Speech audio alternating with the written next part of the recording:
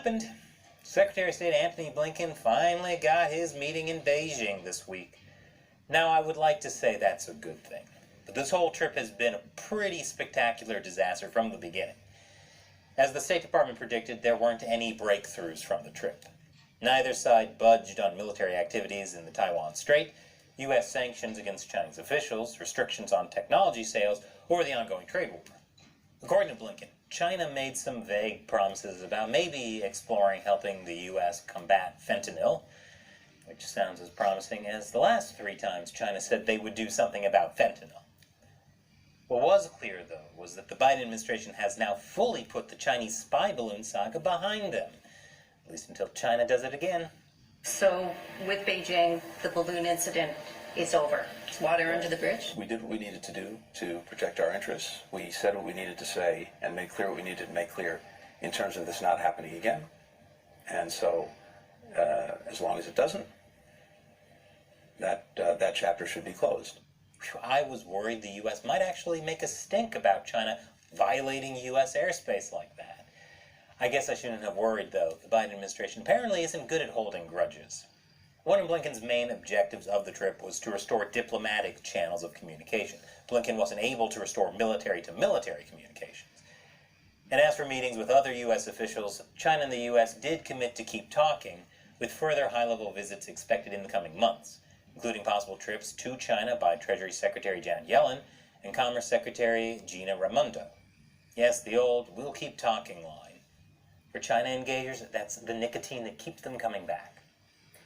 China reportedly wanted Raimondo and Yellen to come before Blinken because, who wants to be lectured on human rights when you could be making business deals? However, the Biden administration insisted Blinken come first. While there, Blinken met with Chinese Foreign Minister Qin Gan, CCP Central Foreign Affairs Commission Director Wang Yi, and, drumroll please, Chinese President Xi Jinping himself. More about that optics nightmare in a minute. But first, while Blinken may have trailblazed a diplomatic path by being the first Secretary of State to visit in 5 years, it's unclear where that path goes.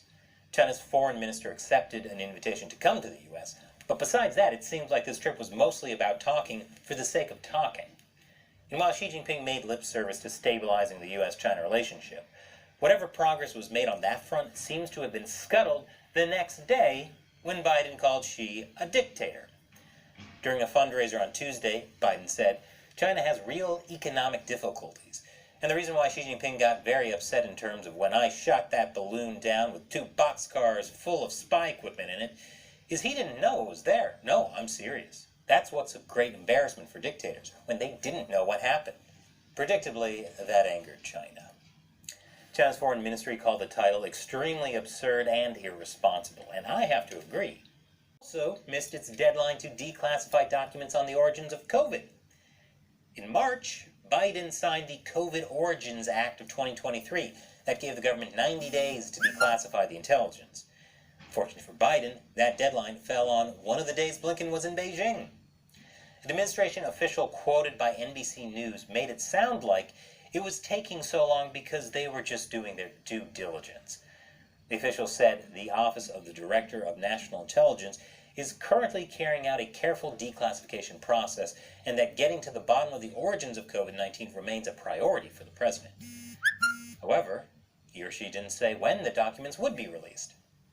Republican Senator Mike Braun accused the Biden administration of missing the deadline so as not to anger China. He said the White House is now overdue to declassify their COVID lab leak intel, and there is no Secretary of State is meeting with Xi Jinping exception in the law President Biden signed.